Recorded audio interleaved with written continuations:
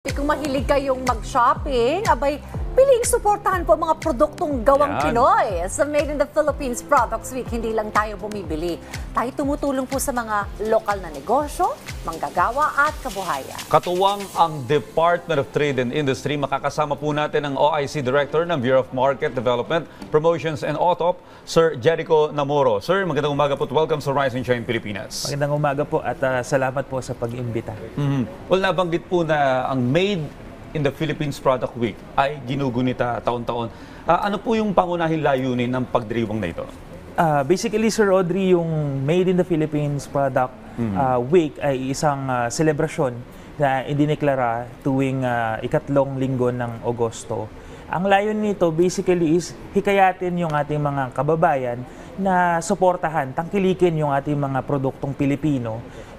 Kasama na dito yung that will result syempre doon sa pagpapalago ng mga lokal na negosyo na makakatulong naman doon sa broader economic strategy natin para naman pasiglahin din yung national economy natin. Okay, so ano po yung mga initiatives or programs ng DTI kaugnay po ng celebration ng week na ito? Marami.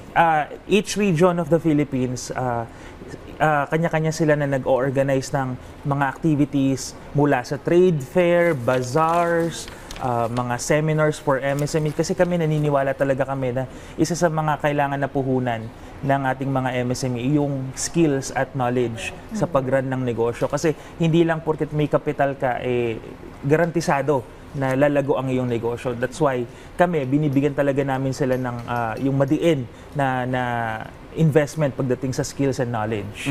Well, balita po namin, nasa 80,000 na MSMEs ang natulungan ng OTOP. No, pakipaliwanag nga po ba kung ano yung OTOP na tinatawag? Yung OTOP, sir, is short name ng programang One Town, One Product.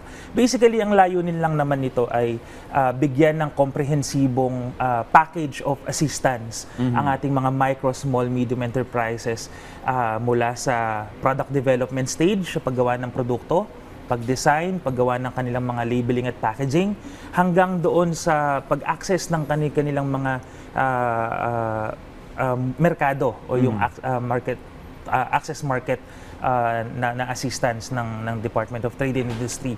Kasama dito yung pag-onboard namin sa kanila o pagsali sa mga trade fair, mga bazaars, no, para mas maibenta nila yung kanilang produkto sa iba pang mga merkado. Alam mo, napakagandang platform na yung mga bazaar, yung mga trade fair. Kasi nakikita rin nila yung market nila. Diyan talaga pumupunta yung mga consumers. Now, I understand meron din tayong konsepto ng Go Local. Tell us more about that, sir. Ang Go Local naman ay isang advocacy campaign, no, na inulunsad ng Department of Trade and Industry noong 2020 as response doon sa kasagsagan ng coronavirus pandemic.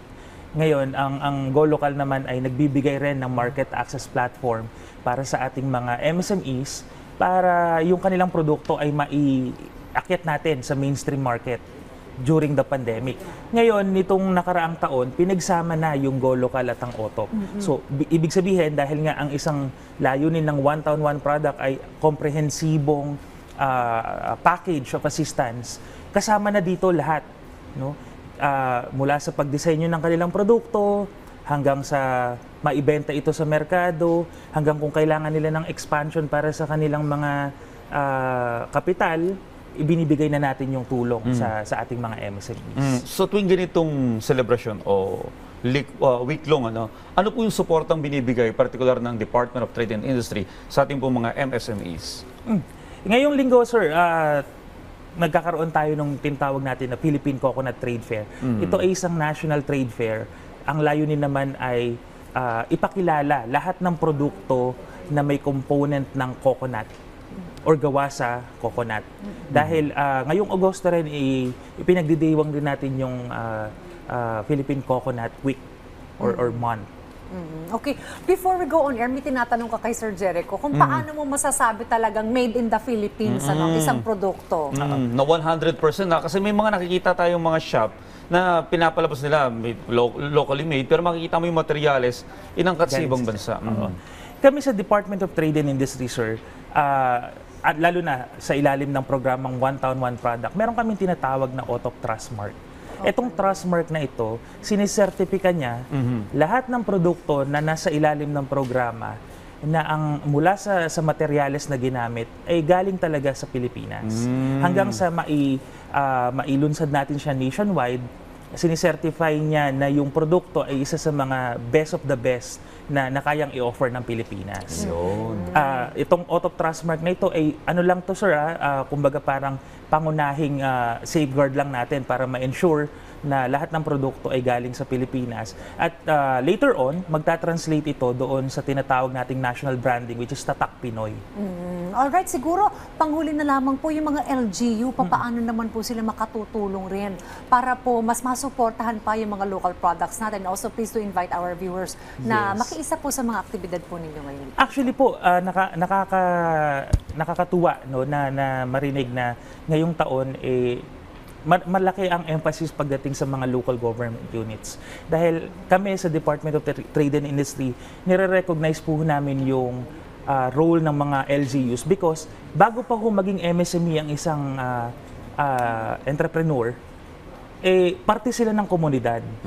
At manggagaling po, malaki yung impluwensya ng local government units para po i-instill no, sa isip ng ating mga community members yung pagninegosyo. So ngayon, bilang parte ng campaign, ang mga local government units po ngayon ay ini-encourage namin na manguna pagdating sa pag-implement ng One Town, One Product because gusto namin na makakita ng lahat ng mga local government units may kanya-kanyang OTOP. Okay, maraming salamat po sa suporta ng DTI sa lahat ng ating MSMEs at maging sa mga entrepreneurs. Sir Salamat Jericho po. Namoro, thank you very much Maraming mula po salamat. sa Department of Trade and Industry.